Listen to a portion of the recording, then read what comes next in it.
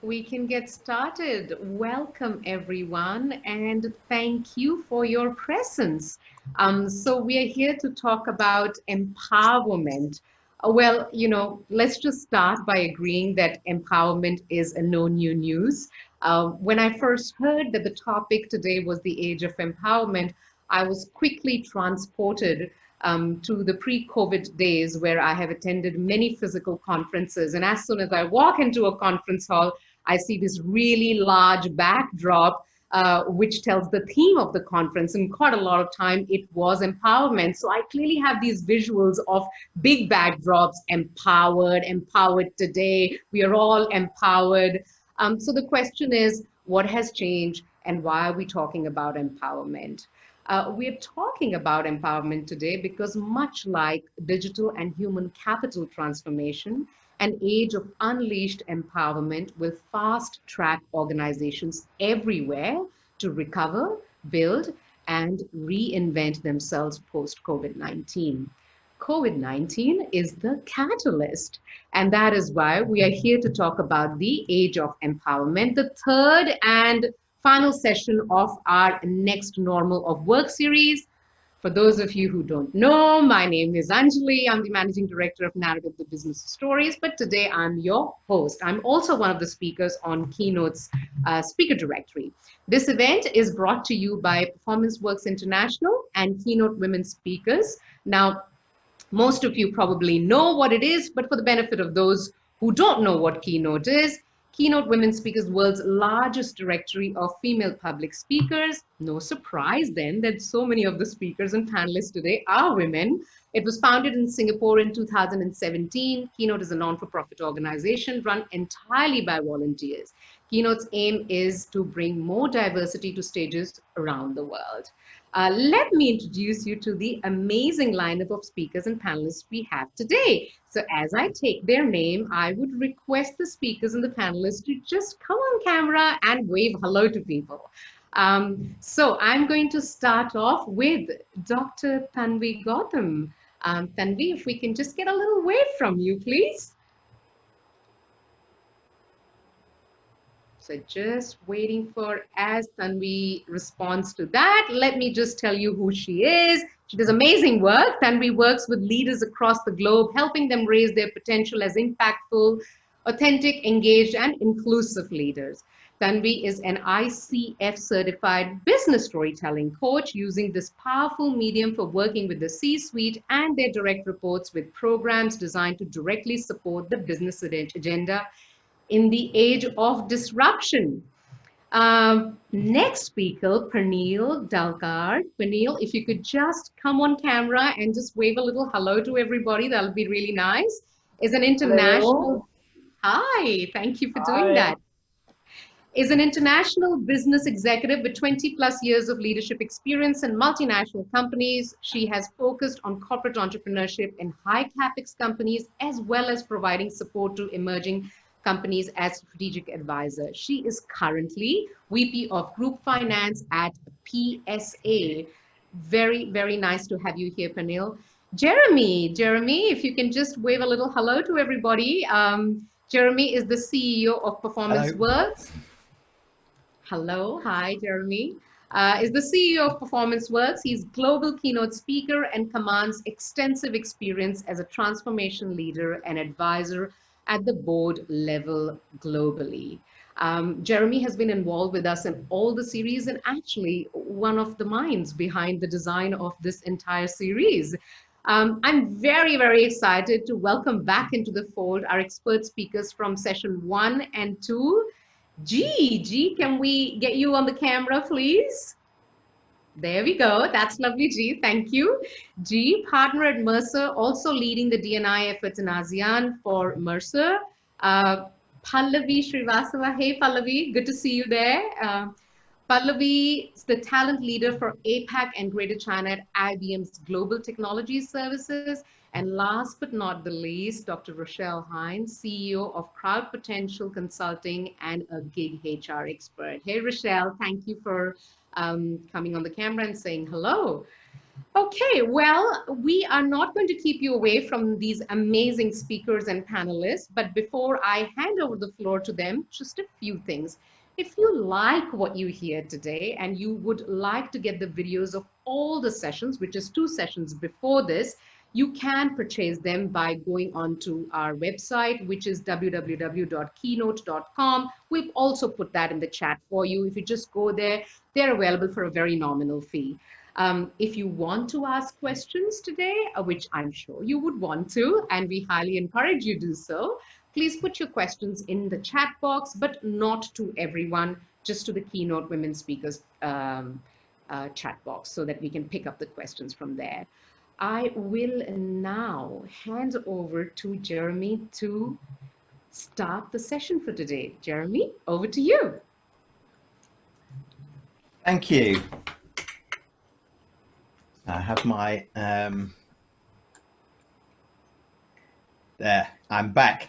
Thank you very much, Anjali, for this, and welcome to our third and final session of The Next Normal. We're talking about empowerment and empowering our people, particularly, but it's not just about that. As we hit the 2020s, we were hitting the perfect storm, actually, of transformational factors. It's digital transformation, workforce, workplace, ways of working. Then we had the pandemic hit us, and we just come off 10 years of the global financial crisis as well. Is there anything else that can hit our businesses, we're asking? And within this perfect storm of business, there is a lot of uncertainty ahead. New models are being developed by the day. Organizations that previously, just 20 weeks ago, didn't even allow remote working are now accelerating into that and discovering not just the challenges, but also the possibilities. And we've been talking about for years, as Anjali said, you know, we've been to conferences whereby we have talked about leading at all levels, empowering people to do things. We've been talking about that, and that is part of the problem, actually. Many organizations, as I would say it, talk a good game around it, but not many are really implementing it. So in preparation for this, what I did is I went back to a few business leaders, HR, talent leaders, and talked about their organizations to pull out some of the key things that they feel are working from an empowerment point of view and why this is so important. So as we look at the term empowerment, what we're talking about is not just unleashing the power within our people, if you like, and helping them contribute beyond their job role. So performing within their, if you like, job description, but also starting to look broader into the business, how they can start to impact more strategically. We also, though, at the same time, have to unlock the courage within the executive leadership so that they can reimagine a flatter organization, a structure that creates the climate and a safe environment for people to truly feel empowered so that they can take ownership. And that requires a platform of trust, belief that this is actually real this time, that we're actually doing something, and that the leaders themselves are on board with it, because with everything that's hitting business, they really do need that courage to do something else as well, which is let people go a little bit and start to contribute to the rest of the business. And if we consider that perfect storm, really it's a need. Our leaders, our traditional executive leadership and senior management are starting to be pulled into the operational side of the business. They're starting to see uncertainty ahead, or not starting, they are seeing uncertainty ahead.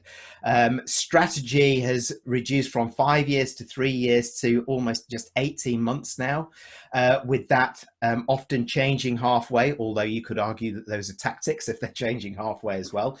And so the need for executive leaders to kind of keep their eye to the sky a little bit more, navigate the future, steer success through the challenges that we have is far greater than it ever has been.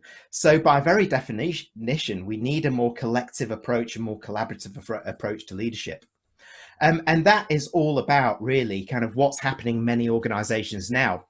I caught up with Joanna Bolin Tingval, who is the head of talent and global learning for Spotify, who is an organization which has really been driving this from the top by their CEO, Daniel Ek, since the very beginning. That set the scene. They're a purpose-led organization. They believe that every member of the team knows where the organization is going is why, and is underpinned by very strong values. And they then unleash the rest of the organization to go beyond, they call it, go beyond their job role, come up with some great ideas that will help us move forward. So for those of you that do use Spotify, Discover Weekly, that one where they analyze what you've been listening to over the previous week, pick different music which may suit you to give you that opportunity to listen to new music, was driven from the bottom up in that organization, in the regular hackathons that they did within their organization to bring people together and unleash leadership at all levels. Emma Saxby, who was at the time when I interviewed her, the head of Asia Pacific HR for DSM, the life sciences company, said, you know, if we just stick with what we've always done, we'll just get what we've always got. We need something different. We need people to step up, because that's what our new competitors are doing. We're seeing, even in life sciences, she was telling me, lots of new startups who, by very definition, are using the power within their people to be much more empowered in how they're working with their customers and moving forward with their customers. I caught up with Natasha Prasad from Mambu, which is a financial services organization. And they talked about, actually, what she was saying is that, you know, our people are ready for this. They want to be more empowered. But what we need to talk about actually is the executive leadership mindset. We need to create the right environments to it. And from a leadership perspective, she was adamant that this is about developing a growth mindset. She felt that that is critical for leaders to embrace that mindset, which then allows it to be okay for their people to test, learn, grow, develop, contribute in bigger, bolder ways, and can really create those conditions that will unleash those in-role CEOs, as she was calling them. Those of you that are in Southeast Asia, you'll know Four Fingers Crispy Chicken. Well, I caught up with Steen Puggaard, who is the founder and ex-CEO there. And I kind of looked at this from a leadership perspective itself. As a leader and founder of that organization, you know, what does this mean to you in terms of empowering the organization? And for him, it started with culture. He said it goes back to the values and behaviors that fuel empowerment. And he said that this starts at the top. It started with me. He said that he wanted to build a culture that was dedicated to excellence and people working together.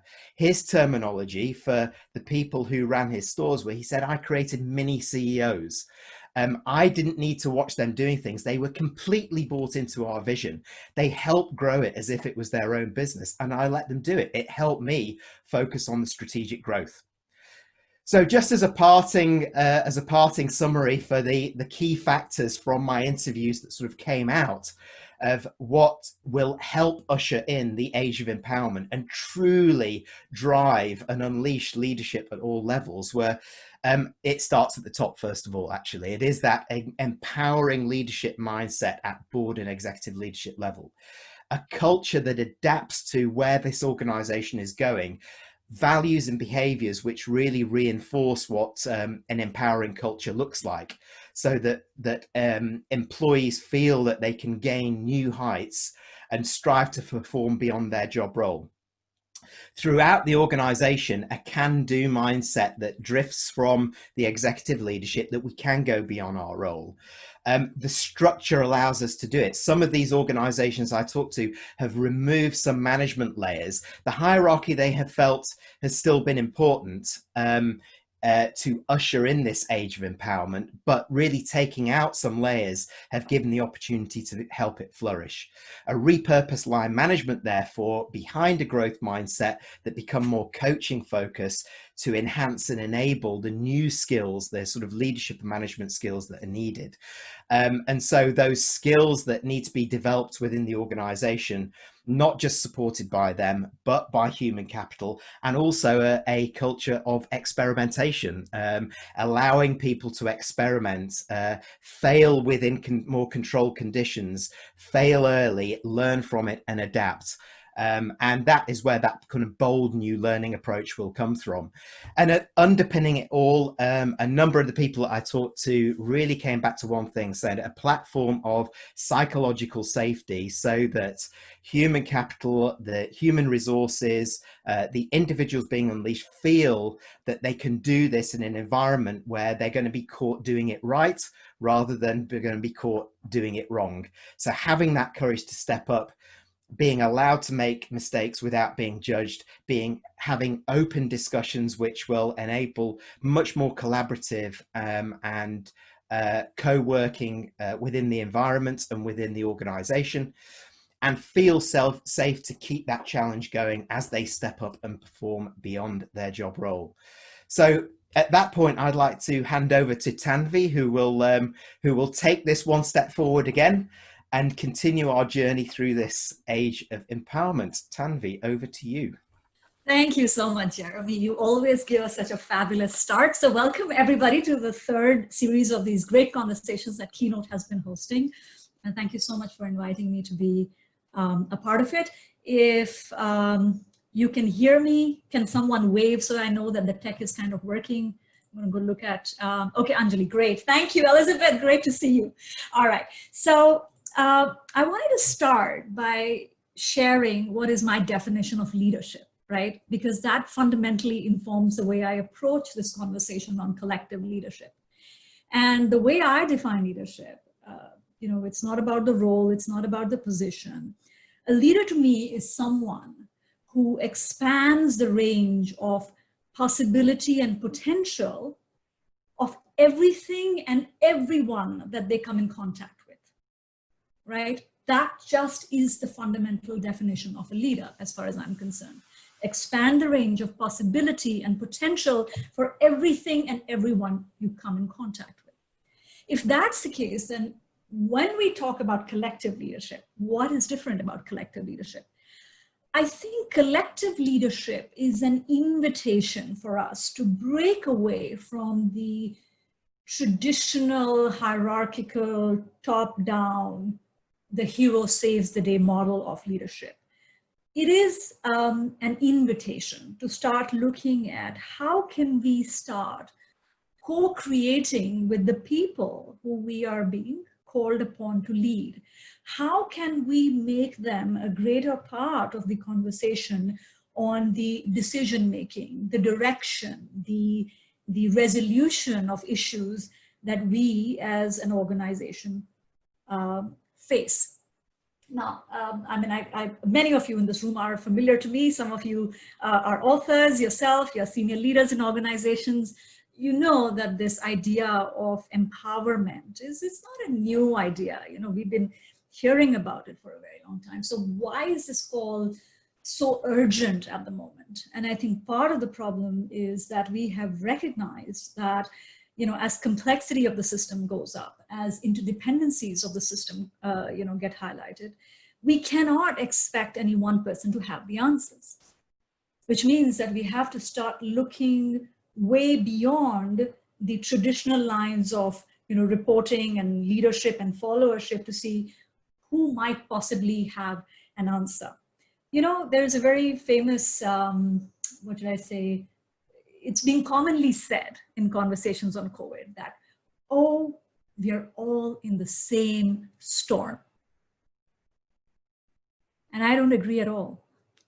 It's a storm which has got very different implications for different people, depending on how quickly the flooding is happening for you and whether you have a boat that can take care of you or not. So there are differences in the way we are experiencing the crisis that we are going through. So, we have a lot of evidence that a leader can't be everywhere. Even if they want to be, they can't be everywhere at the same time. And you shouldn't be everywhere at the same time, because this phenomena of leadership burnout is extremely real at the moment. I can tell you in my senior executive conversations, some of these leaders are really being pushed to the brink. If I was to ask you in your organization, do you know of any leader who has led through a pandemic before? And the answer is no. And yet these leaders are not being supported the way they could be supported to lead the people through the storm that we are all passing through. So one, you can't be everywhere.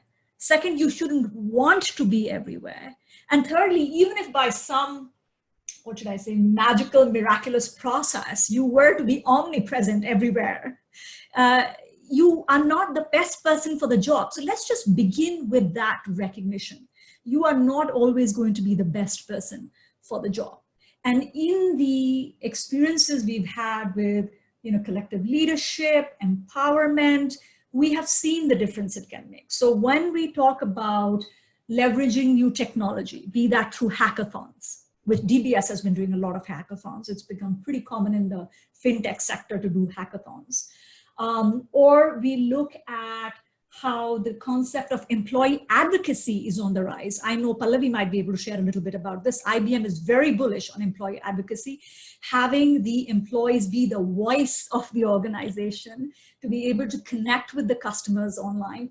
These are all examples of empowerment of employees. Or when I was talking to Vicky, who's the president of Rolls-Royce in Southeast Asia, and he shared how they had to push decision-making to the shop floor, where they created huddles on the manufacturing floor so problems could be solved really quickly. It goes to show that whether you are in tech or you are in manufacturing or you are in consulting, there is a lot of evidence of empowerment and collective leadership yielding some great results.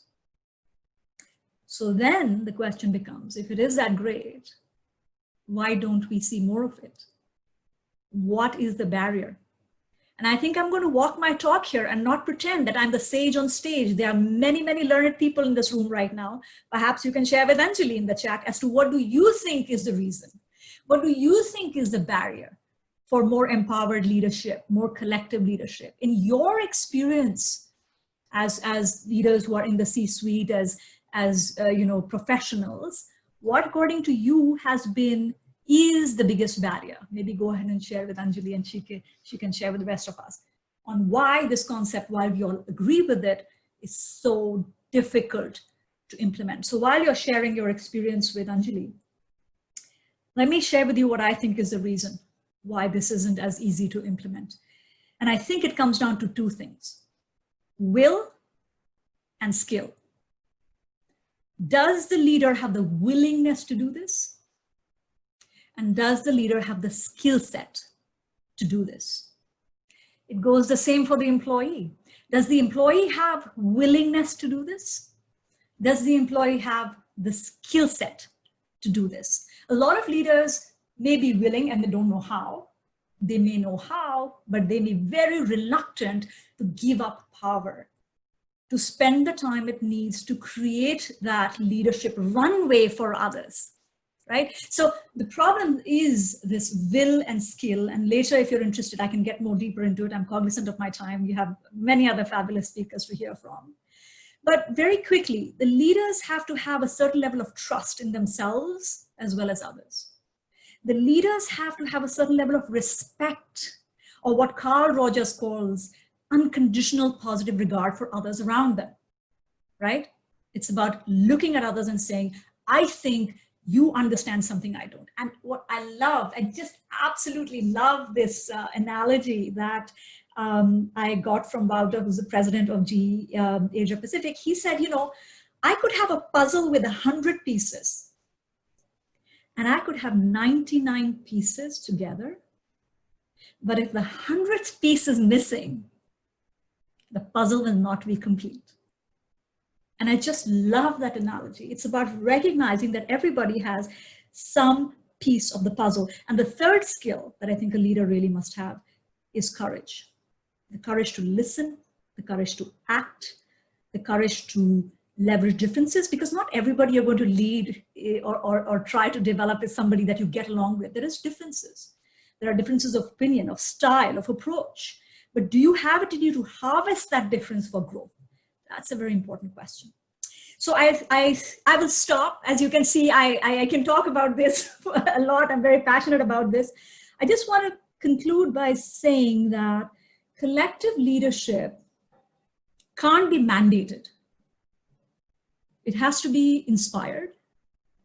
It has to be invited. And it has to be intentionally supported. All three things have got to be present for it to take root.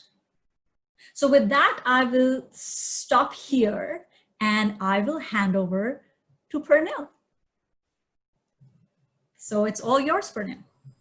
Just before Pernil starts, I just want to quickly go through very quickly the things that we're seeing in the chat box, answers to Tanvi's question about why do you think the collective leadership doesn't happen? And most of the answers, Elizabeth, thank you, Silky, thank you for responding to that.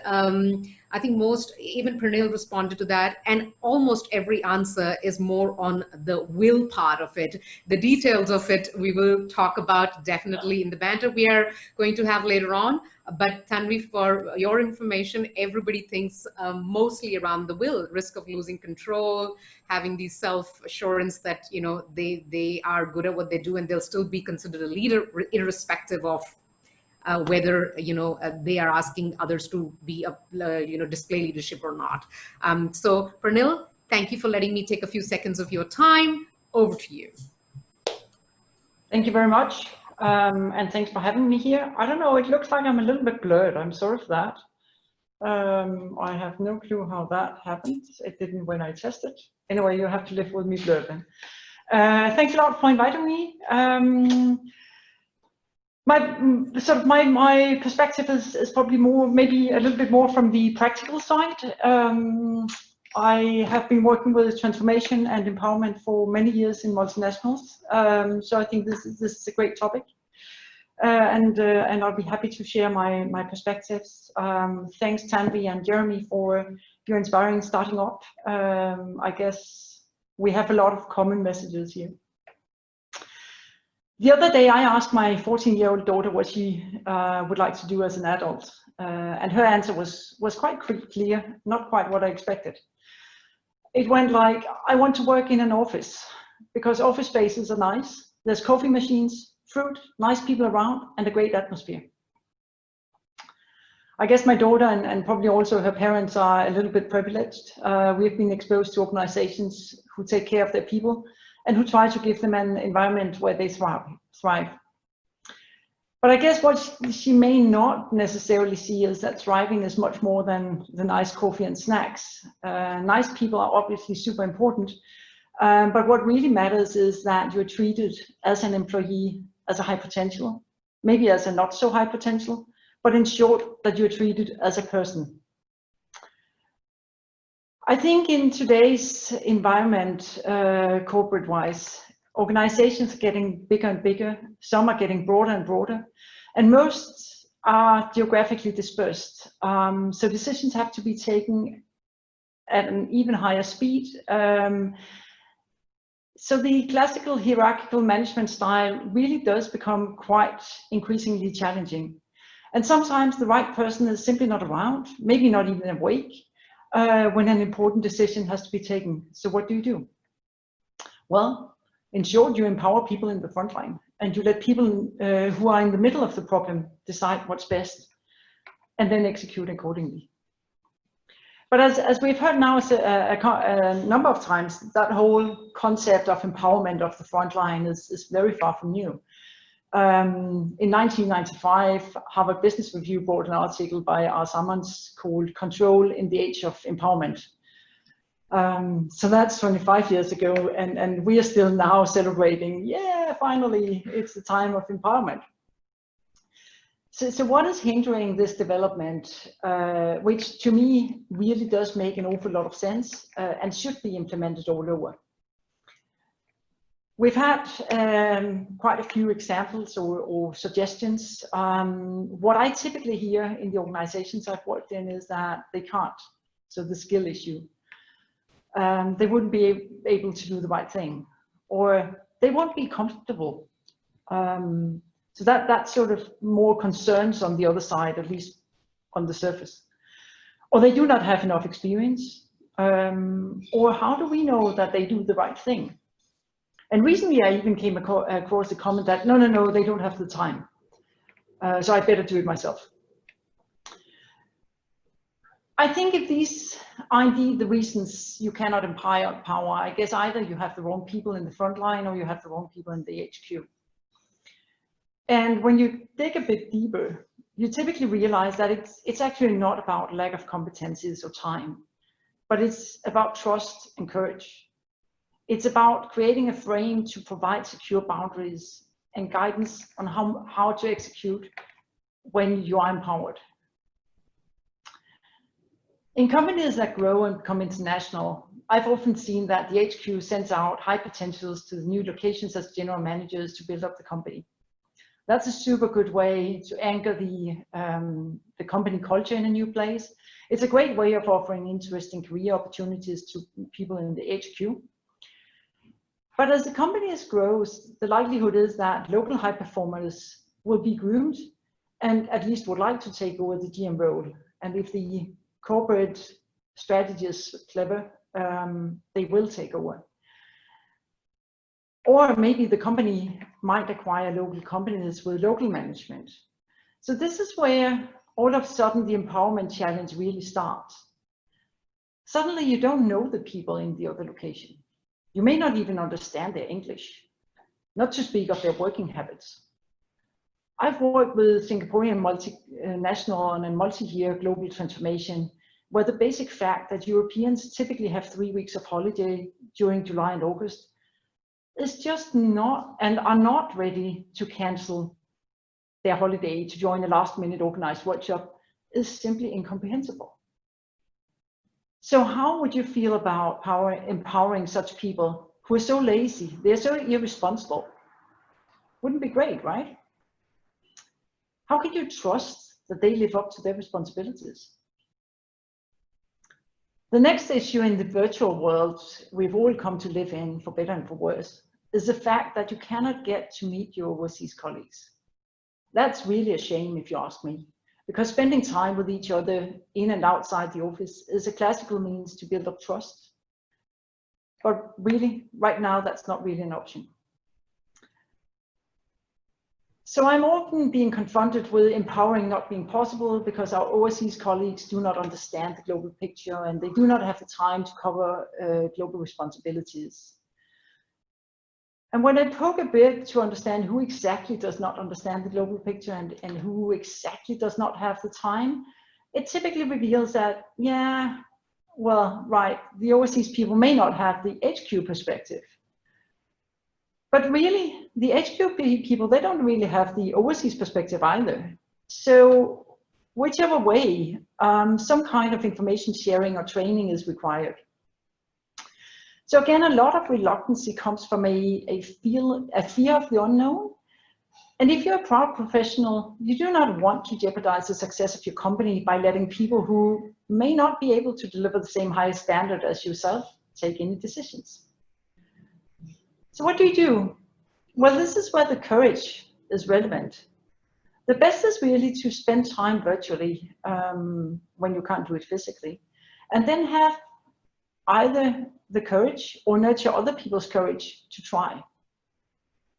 Try it out, discuss what's the worst that can happen, and reassure them that there will be learnings and that the expectation is not to have a perfect structure immediately. I think to take that leap of faith in somebody you may not even know, you need a frame. You need to define jointly how does success look like, what is expected, and discuss openly what could be barriers for success. What are the limits of the empowerment? And set up regular and frequent checkups to review challenges, uncertainties, and simply experiences. And both parties should have the courage to share openly fears and hopes. This can be greatly difficult, especially with people you do not know.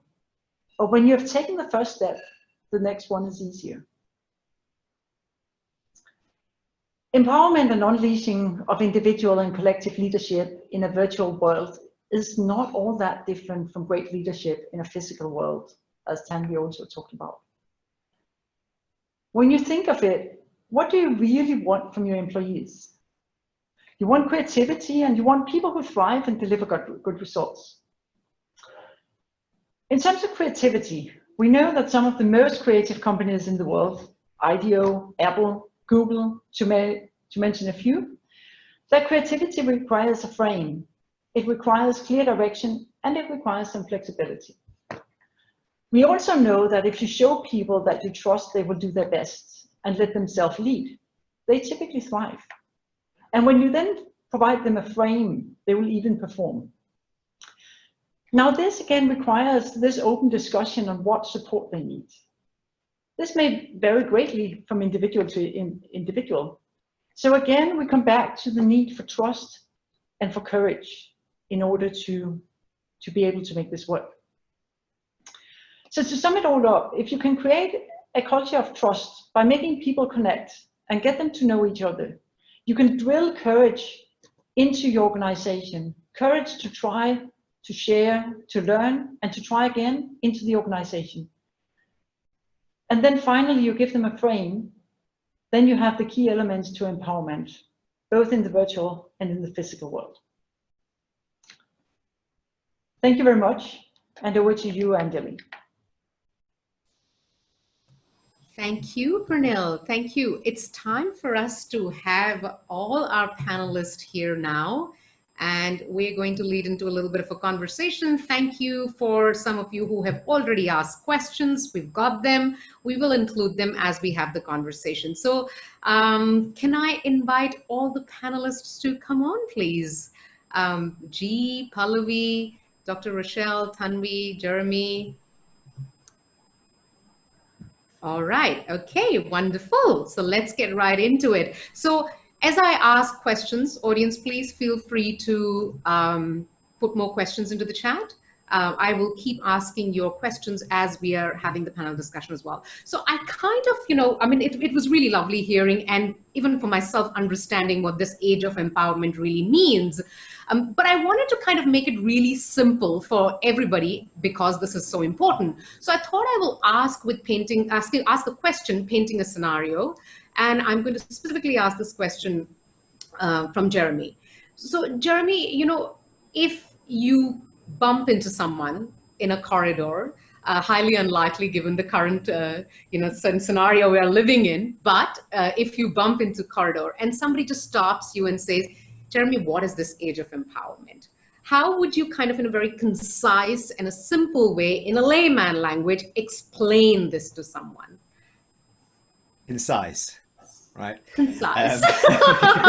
Bold, highlighted, between inverted commas. Oh, come on, you know me.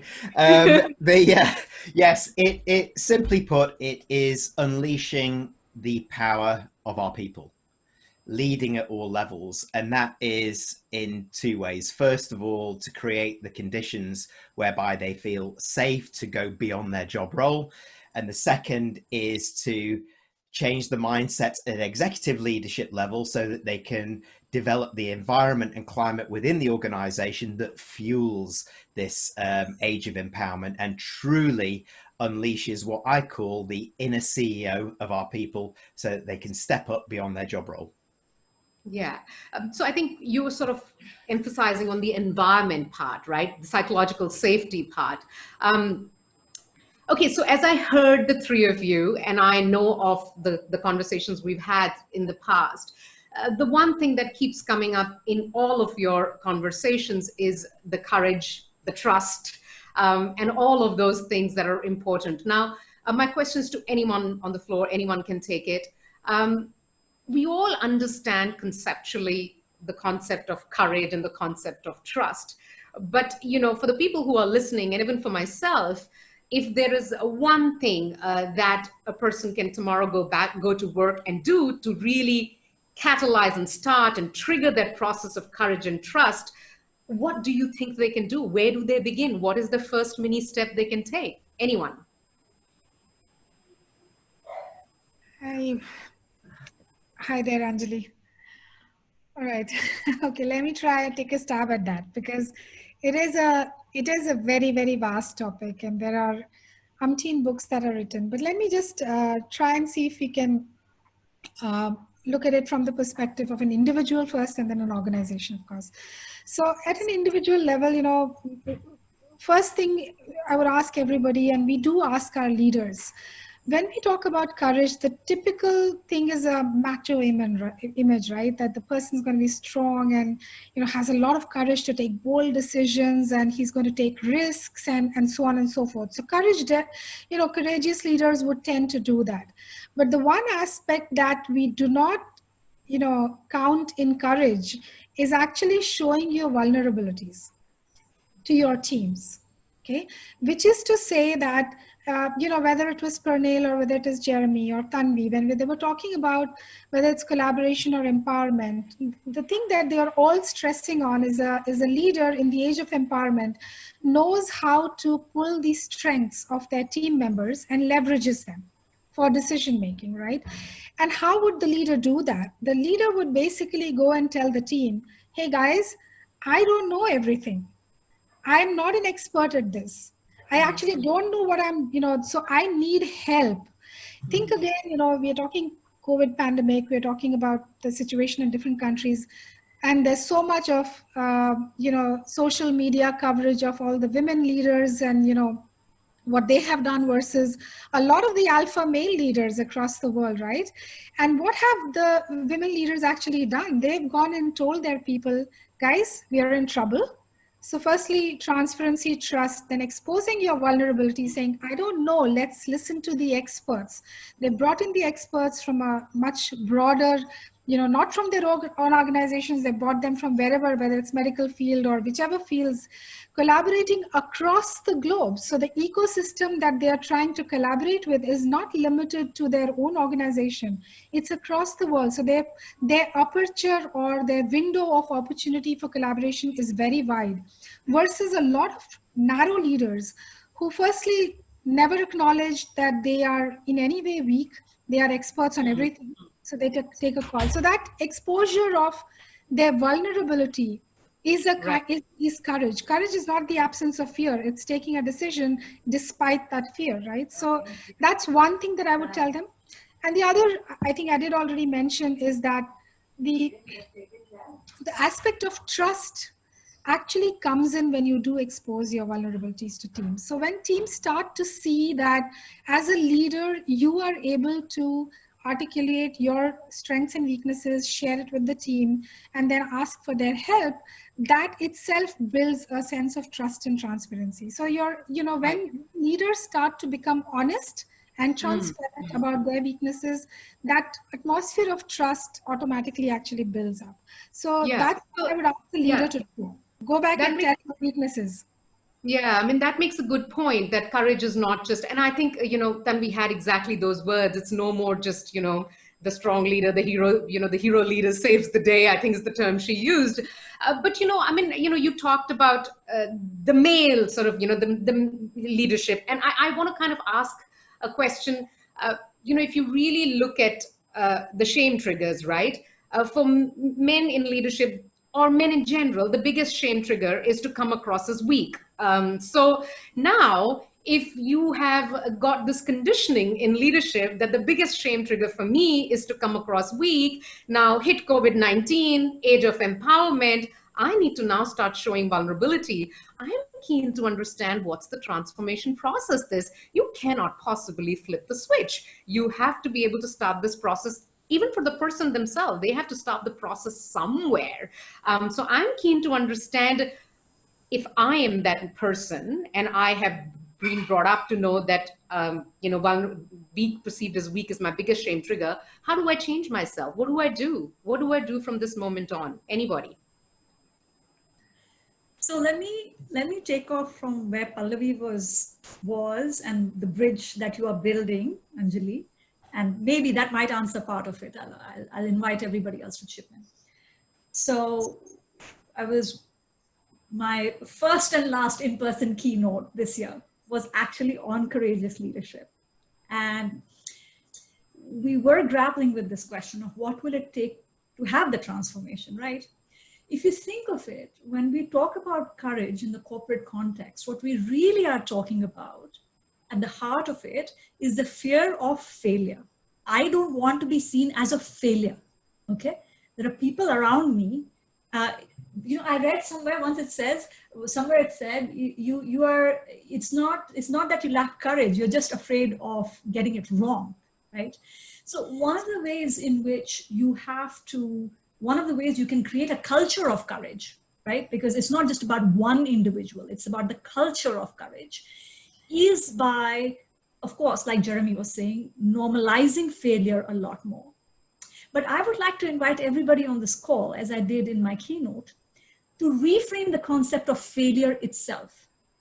The way we see failure right now is I did something, it went south, I'm a failure. My invitation is that I did not do something should be seen as a failure, not the outcome of it. Because the outcome of it in the age of disruption cannot be controlled, nor can it be attributed to the act of a single individual. So can we start redefining the concept of failure itself? And that just might give more people permission to step into the courage zone. So I'll stop at that. Yeah, no, so that's kind of, you're absolutely right. I think leading by example, I mean, what's coming to my mind right now, we're all being on virtual sessions. So recently I was on this virtual session and the CEO of the company is on the session as well. And there are 19 direct reports. CEO turns on the camera and says, you know what, I have no idea how to do this. And as he turns on the camera and makes that statement, all cameras get turned on and everybody says, we also don't know, let's just try it together. So I think that is so in line with what you just said, that, just normalizing it and not having such a high premium on being right, which particularly is a problem in Asia, I would say, the premium on being right. So, as we are talking about these leadership concepts, I actually want to ask a question of Dr. Rochelle from a different side. So, Rochelle, I'm keen to know, we are talking about this leadership and the courage and the trust and normalizing failure, but there's this other person who is actually the person who's going to get empowered and be the inner CEO. Do they want the responsibility? Do they want to be the leaders? Or they're happy to go, I'm a gig worker, I'm here to do this, I'm done, after that, don't disturb me. Because we see flavors of that too. So I'd love to hear what did you find in this time that you spent, nomading around and finding out from people, how do they feel about this? So I'd love to hear from you. Yeah, thanks, Anjali. It was really interesting because I think, as you said, a lot of organizations have this perception as the gig workers are external, so they're not a part of the organization, and therefore you shouldn't get them too involved. And then there's a trust issue as well in terms of how much information should you share with them, how much should you bring them into the fold. But in our experience working and speaking with digital nomads across, especially Asia, what a lot of the gig workers say is the more opportunity that they get for work, and as this becomes a more important, let's say, source of talent for organizations, they get more, let's say, discriminatory in the way in which they choose their clients. And now a lot of them choose their clients based on those who present a culture of trust or a culture of, let's say, inclusion. So a lot of gig workers were actually looking for a sense of belonging, but it's very mixed. You find that it's very much a balance between the two. There are some gig workers who see themselves as entrepreneurs and want to be a part of that project. And when that project is done, that's it. But there are a lot more that we came across that were looking for more long-term relationships with companies, and also were interested in feeling a sense of belonging. A lot of time, the gig workers we spoke to, they said that they do outstanding work and the organizations don't often recognize the work that they do. And the companies that we spoke to as well admitted to the same thing. They said that they've worked with independent contractors who do a lot of outstanding work for the company. And you ask them for an example and they couldn't provide a name of the person who did the outstanding work because they were seen as a tool to be used and thrown away. So I think a big part of it is that initial recognition that actually these workers, or a good, let's say, group of these workers and a good percentage of these workers do actually want to feel a part of the company and feel like they're part of something bigger, as opposed to just being left and ignored on the periphery. Yeah, I love that point on sense of belonging. I think that is a new type of an inclusion we're going to have to start thinking about, right? Because we've thought about cross-generational, we've thought about gender, we've thought about intergenerational and all different forms of inclusion. But I think this remote and gig workers inclusion is going to be an important thing moving forward. So as I hear you talk about sense of belonging, I'm keen to sort of move into the topic of empathy. And G, my question is to you. I hear the vulnerability, I hear the courage, I hear the trust, and I hear the sense of belonging. What, according to you, G, does a leader that leads with empathy does to ensure that? What are some of the practical things you've seen that they do to really, harness and bring these concepts to life? I'd love to hear that from you. Thank you, Anjali. Great question, because I think there could be some confusion around what empathy is, right? So quite often it's confused with, empathy is about making people happy or about being nice. Now, there's nothing wrong with making people happy or being nice, much preferred actually. But empathy is truly placing yourself in someone else's shoes, even though that opinion that you're going to get or that viewpoint is going to be uncomfortable. So if you want to have a true starting point around empathy, it's curiosity. And that's a very simple starting point that any leader can develop, right? And it's in ample supply. So it's a tool that you can use that is in rich supply. It doesn't make you vulnerable, if that makes you feel uncomfortable at first, because asking really good questions and mean it, and really trying to get into someone else's point of view is the starting point of empathy. Yeah. And I love that. When you do that, is that you truly bring people out there and say, hey, someone's listening to my view. I make a difference. Yeah. I belong.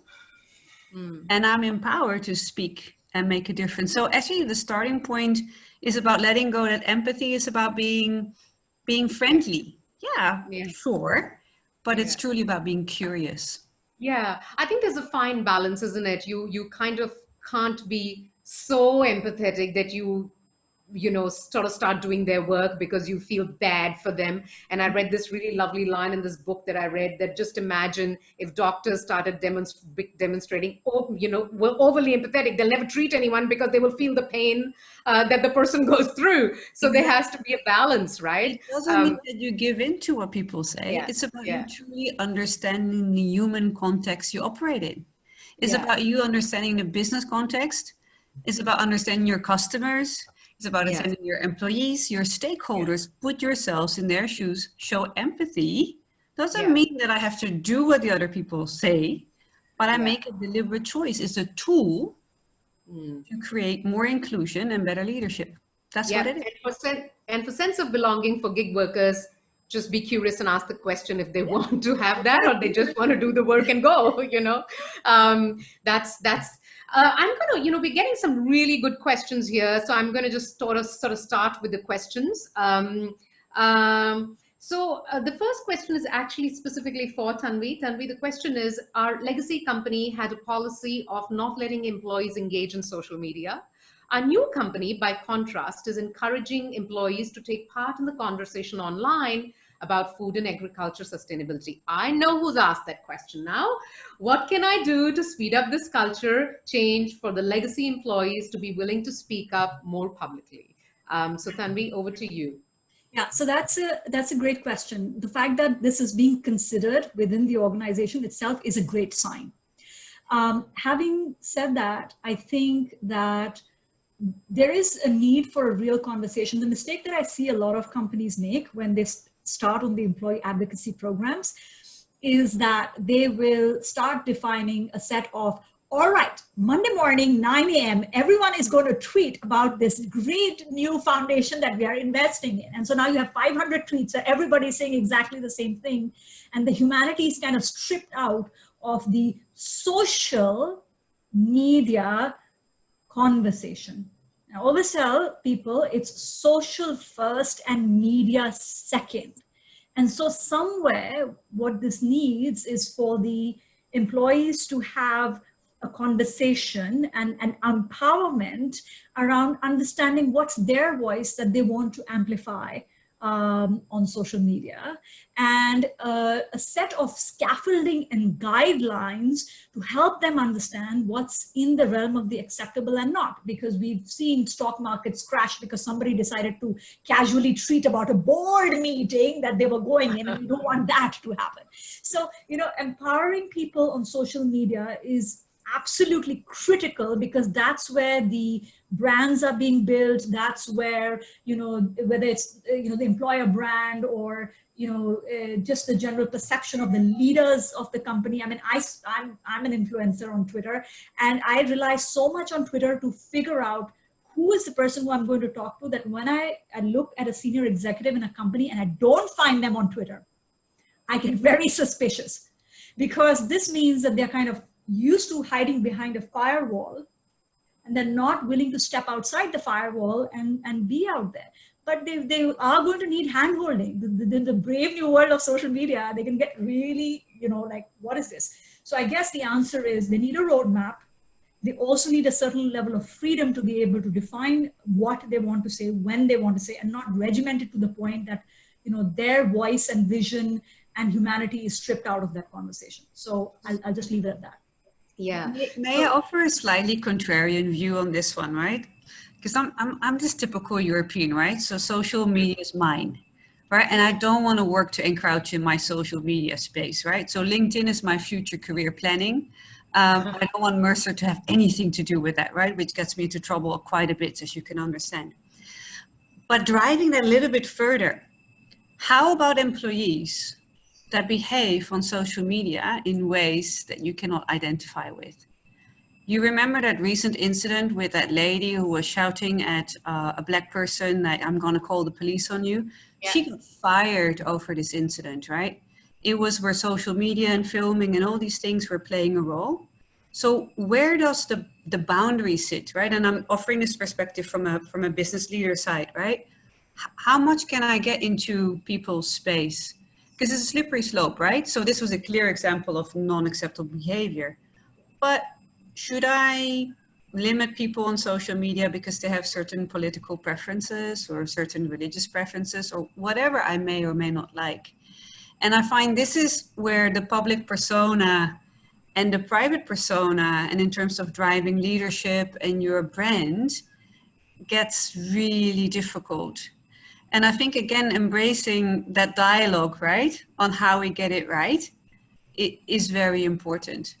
Because what we may think is good behavior on social media may not be identified with others. And I don't know the solution, but it calls for a lot of debate around it. Yeah, so, G, I think just quickly, and I don't want to take up the whole time, because this could be a whole conversation on social media. On its own, absolutely. Let me just say that you're quite right. And this line is being blurred more and more. The only thing I will say to the person who has asked this question is that every time I work with organizations on onboarding the employee advocacy piece, there is always a pushback that comes with this. And I have to gently remind them that this is like telling people there was a 7-car pileup in 1997. Are we sure we want our employees to be driving on the road? Here's the thing, you need to teach them how to drive better. That's what this is all about. Help them understand, how to be in the lane and not drive drunk, instead of saying there was a pileup, so we don't go there. So you raised a great point, G. I'm with you. And you're right, that balance has to be coming from within the organization versus someone standing up and saying, you never tweet about blah, blah, blah, blah, blah. I'll stop there because Anjali is already like, you two need to have a side conversation.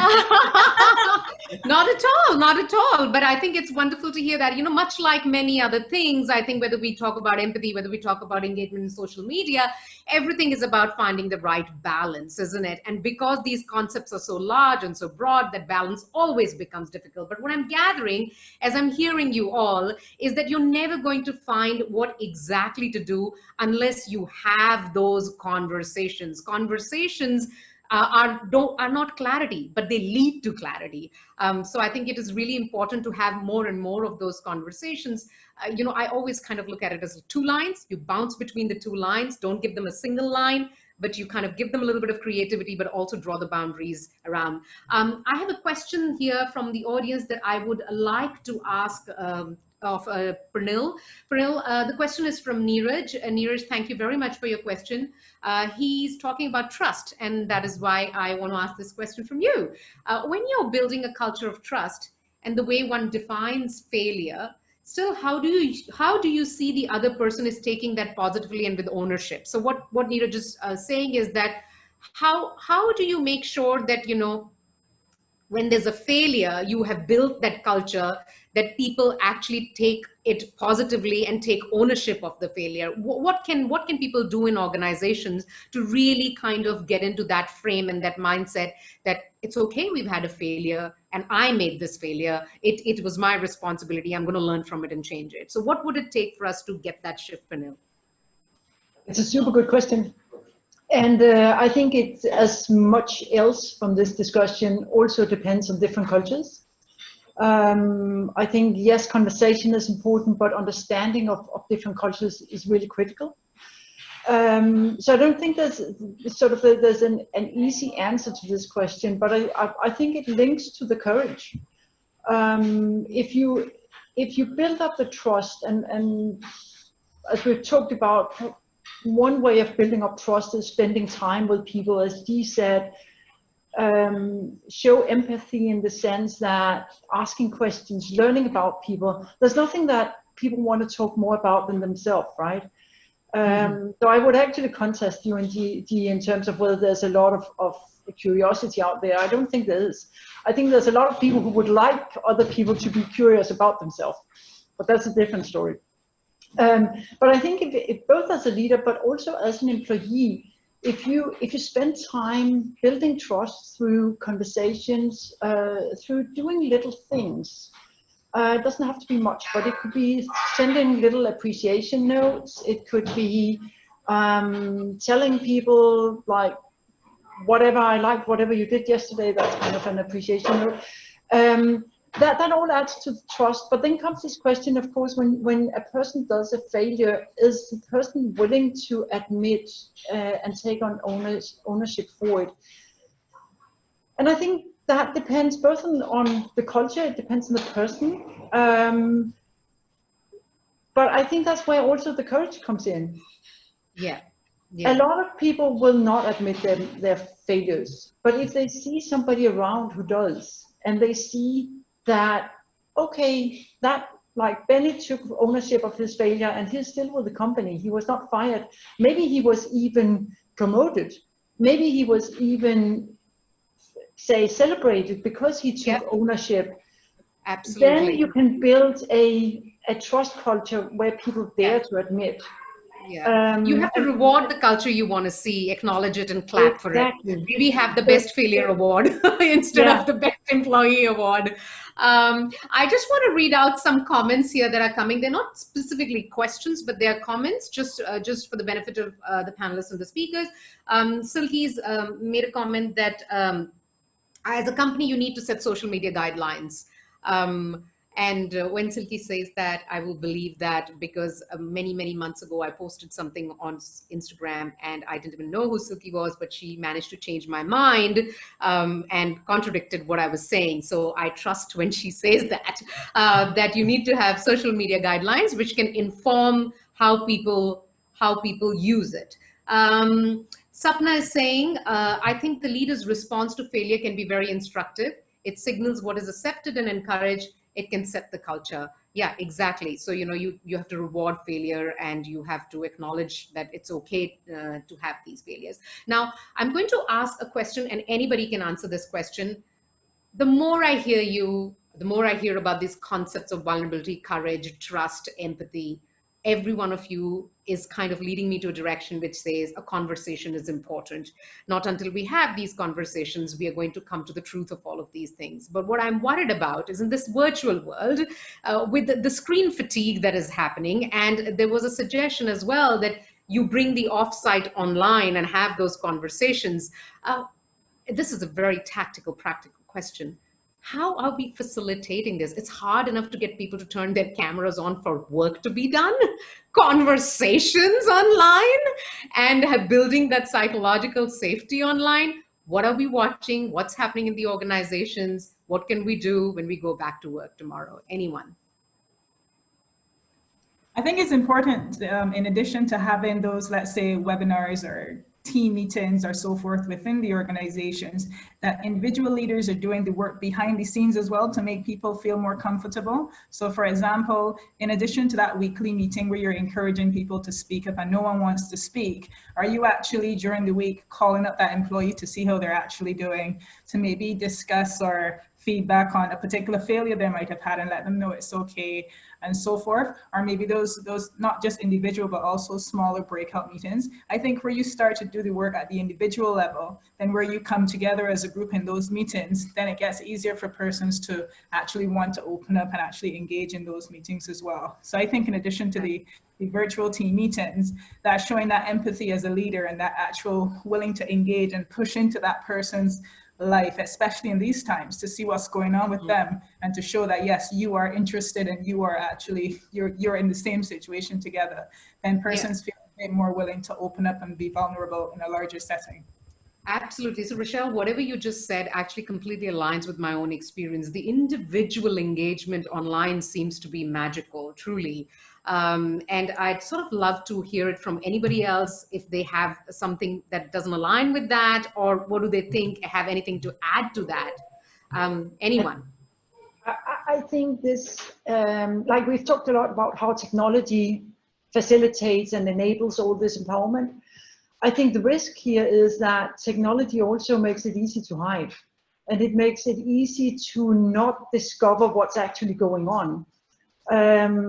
So I much agree that one-on-ones are important. But I think to me, a really big concern that's very relevant right now is that if we can't, like humans are say social creatures, we need physical contact, right? If a baby doesn't get physical contact in the first 3 months, they lose the ability to tie closely to another person later on. And if we believe that technology can facilitate all this empowerment and that can create a new world of interaction, well, that's probably right, but I don't think it's going to be a better world. I think we need to be very cautious that physical disconnect that we have right now can only last for so long. In Singapore, I think an important means you can, or initiative you can take is to actually physically meet now. We are allowed to meet up to 5 people. And actually, just before getting into this conversation, we were talking about how everybody becomes a little bit complacent. It's really annoying when the client want to meet you and so on. But I think it's actually showing a bit the downward slope that we may be on our way to. And in that context, we should be concerned about technology. Right, yeah.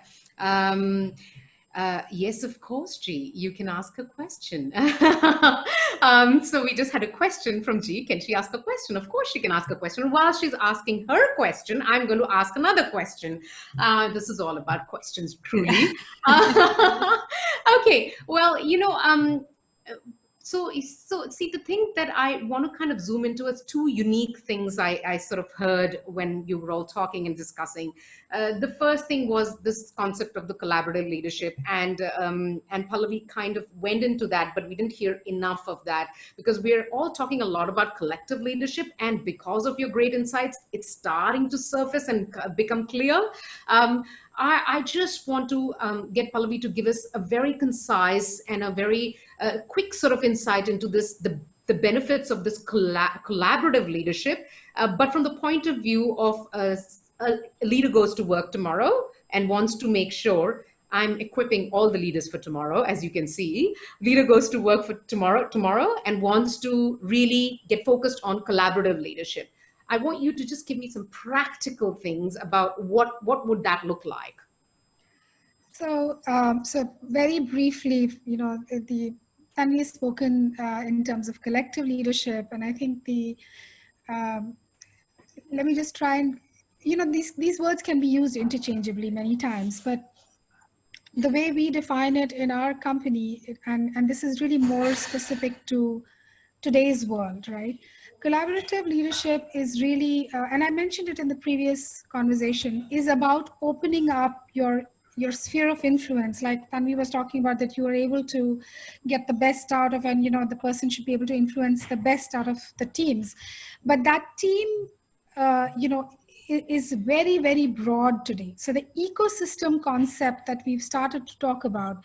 So collaboration today is much broader, because you cannot afford to succeed. In fact, you will not succeed if you are not collaborating outside of the organization. So the window of your sphere of influence is actually trying to bring in a lot of stakeholders that are needed, whether it's experts, whether it's countries, or it's educational institutions, it's even competitors, it's even people that you would never have collaborated earlier on, to come together, right? So the collaborative leadership actually appreciates the outside in view of your organization, and it tries to bring in those expertise. So inside the organization, of course, collective leadership is needed. You will not survive if you don't bring in the team thinking, if you don't bring in your team members' strengths to the table.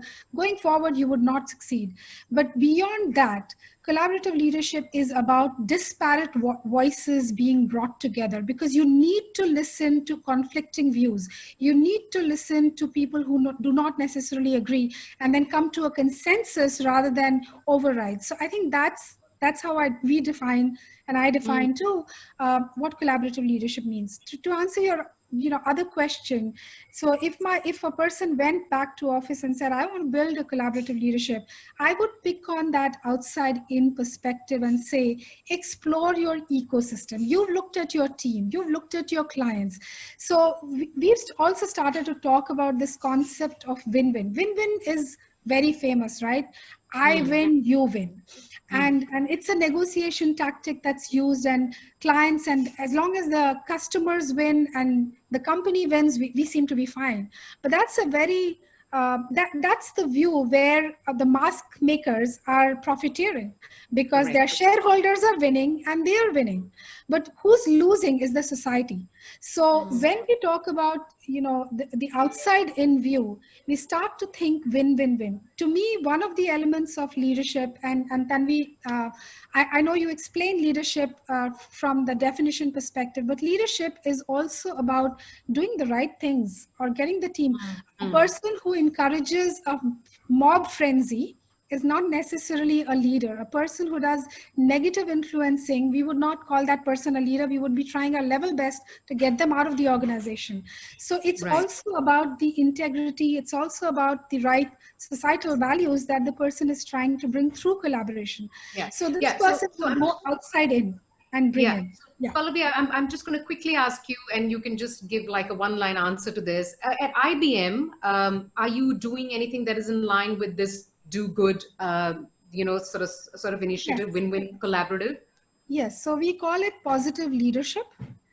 And one of the things that we teach our leaders is to be upstanders and not bystanders. So the upstander concept is really that if you see anything wrong happening anywhere, and that's where the ethical and society, be an upstander and call it out.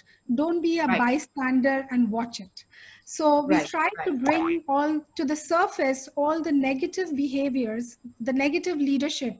And by the way, staying quiet and not saying anything is negative leadership, because you're actually not doing anything.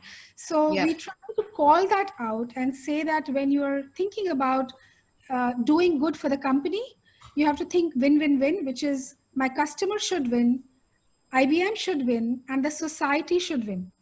Yeah, so it's got it. Thank you. Refocus thing. Yeah. Thanks, Pallavi.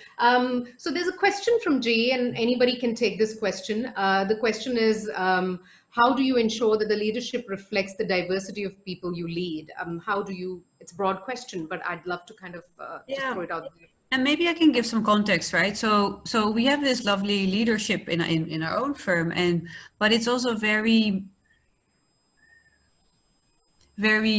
stereotype in a way. If you get what I mean, it's very strong, male, white leadership and about being strong, being, you know, aggressive. And I'm listening to these messages and I absolutely love the content of it, but I'm just wondering whether the way it's delivered actually stops diversity from coming because people don't identify with that. And here you are, you're leading a global firm with 40 over countries. How do you do that? Because this person is also a person, right? With his own style and own identity. And I'd love to hear from others what your viewpoints are. Yeah, so G, what you mean is, how do you work in the age of empowerment and ensure it's diverse? Exactly. You want to empower. Okay. It's an empowering message. There's nothing wrong with the content. It was totally a message like, we can do this together.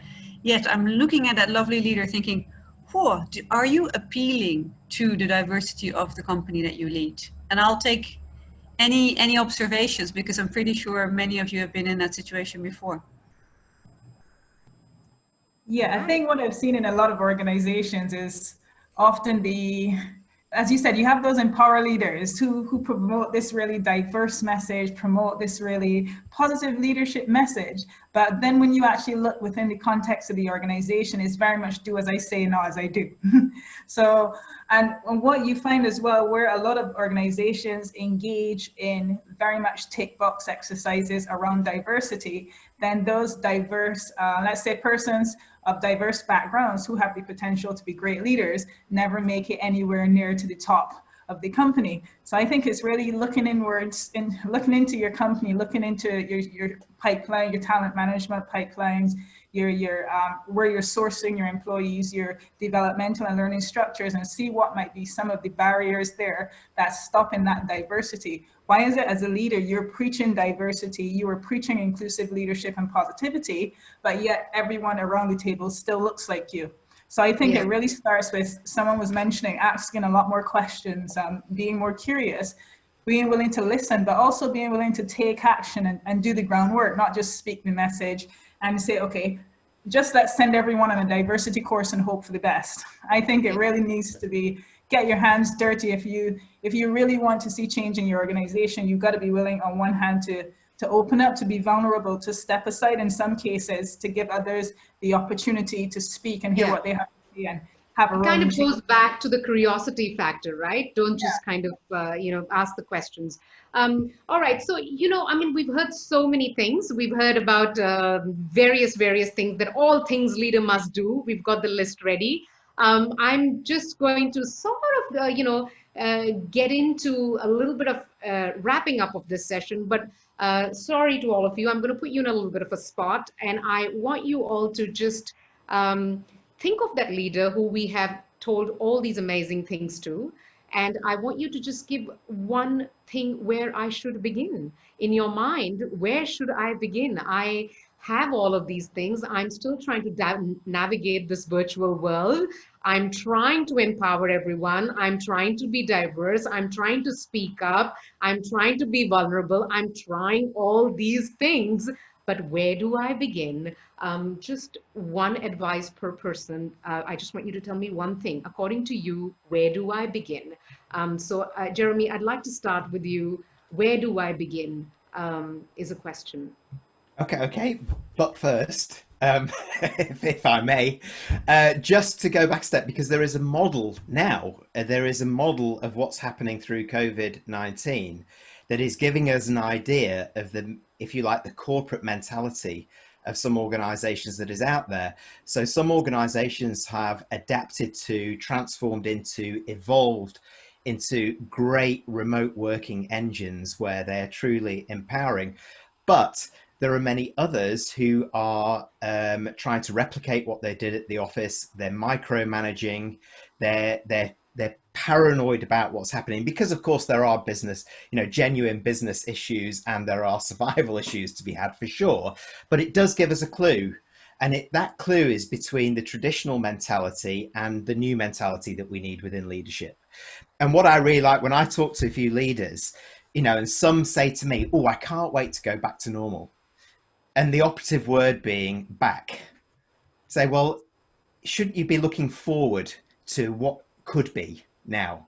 Isn't this the opportunity now? You've taken this brave new step in moving to embracing technology, adopting digital, to work more remotely, find new ways of working to keep that momentum going. Because actually remote working itself, and there is, just to go back to the previous point, there's a lot of evidence now suggesting that remote working is breaking down diversity barriers rather than putting more barriers up. It's allowing a more kind of globalized approach. It is more welcoming. It seems. I'm doing some research with a company called Flock, which is a culture-based tech startup. And this is one of the key things which is coming up. So I think from me, the key is, are those leaders looking forward, or are they looking forward to going back? Yeah. So ban the word normal and new normal from your vocabulary. And this is back it. to, yes. And back to normal. This is it. So before I kind of hand it over to the next speaker or panelist to give us an advice, where do I begin? I want to ask of the people who are listening, audience, if you have any questions for them, you still have these amazing minds here. Please ask questions. We can still ask them for you. So Tanvi, over to you. Where do I begin? I will actually share the advice based on a lesson I had to learn. I did not begin as an empowering manager at all. As a leader, I wanted to set the roadmap and tell everybody what to do and what not to do in full transparency. So I completely understand this question of where do I begin, right? Because when I realized what I was doing was not exactly helping the team members around me. And there was one very little thing that completely changed the game between my team and me. And that was this. When somebody came to me with a problem or a situation, and I knew exactly what I think they should have done, I didn't say that. Instead, I bit my tongue. I looked at them and I said, what do you think we should do? And I was blown away with the simplicity, the brilliance, the creativity of the answers I got. And it was a big lesson to me to speak last, which, as you can imagine, to a keynote speaker doesn't come easy exactly. Oh, no, not at all. But start by convincing yourself you don't have the best answer or the right answer. So speak last. That would be my advice. Yeah, no, that's wonderful, Tanvi. You know, just today, there was a question from a client, and the client had asked the question to my team, and I started getting anxious that I must tell my team how to respond to that. And I was like, no, hold back, hold back, hold back. And the team responded brilliantly. I didn't have to interfere at all. So we're building the list of where do I begin. The first one is ban, back to normal, normal, new normal. The second one is speak last. Okay, so Pallavi, where do I begin? So I think in the same spirit of what Jeremy and Tanvi have said, I think the beginning is, in fact, we do, I personally do this when I start meetings. We have a tendency, and IBM used to be famous for this, for cadencing and kind of reviewing and asking people for status. So what I tend to do, and what we advise leaders to do, is start the meeting by asking the simple question, how can I help you? And what that does is that, it takes away the fear of, oh my God, I can't bring my problems to my leaders, and, it establishes trust. So the sense of empowerment, because the leader has now said, tell me what you want me to do for you, and I can then help open doors. So that actually really builds a good trust. Some meeting guidelines around this actually really does help. So something practical there. Yeah, that's wonderful. So the list now stands: no normal, speak last, how can I help you? G, over to you. Thanks, thank you. And some great tips already.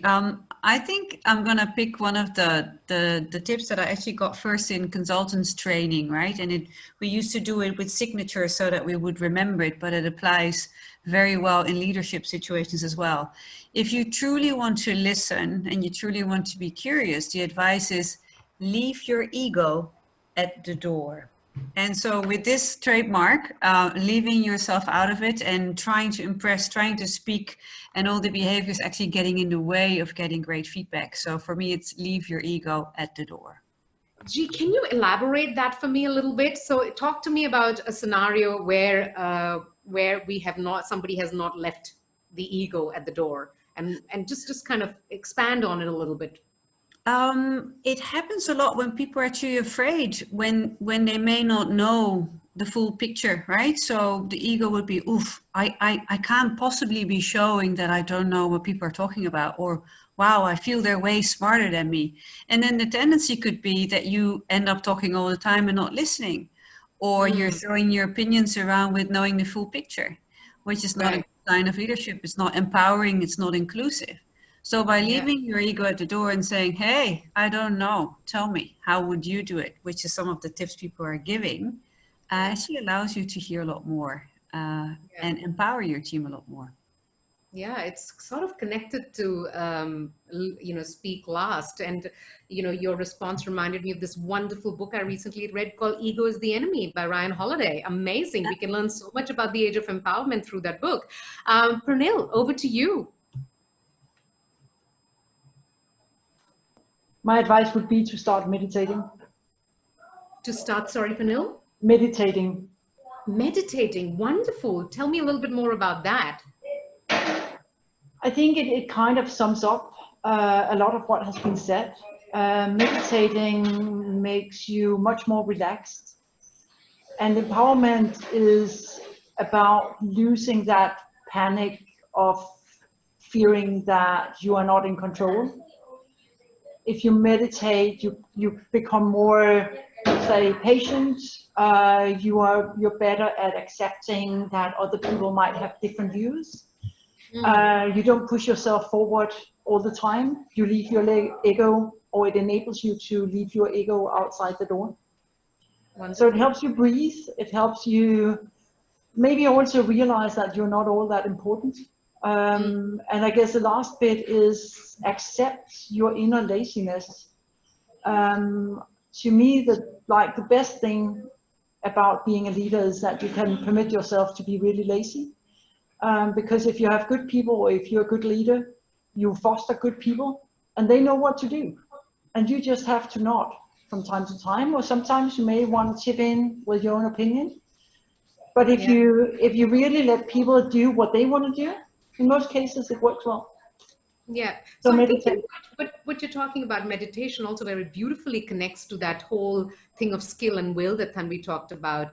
If you want to create the will, you absolutely have to have the self-assurance.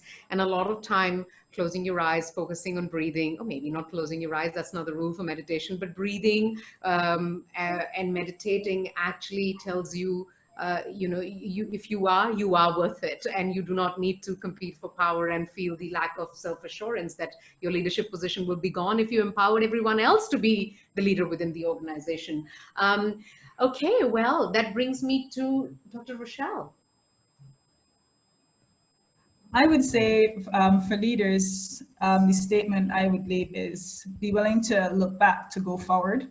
So to be willing to to learn from the past, to really review your mistakes and ask yourself, okay, what went wrong here, and what can we do to change this in the future? Who can we get involved? And what is it that led me to make this decision in the first place? So I think it's stepping back sometimes out to the woods so you can see the big picture to the full forest. Just take that time to pause and really reflect in order to give something that would be better in the future. So just being willing to analyze your own actions and look internally. So I would really agree with what was said already, especially with regards to meditating, because meditating provides that space to actually really look back. Yeah.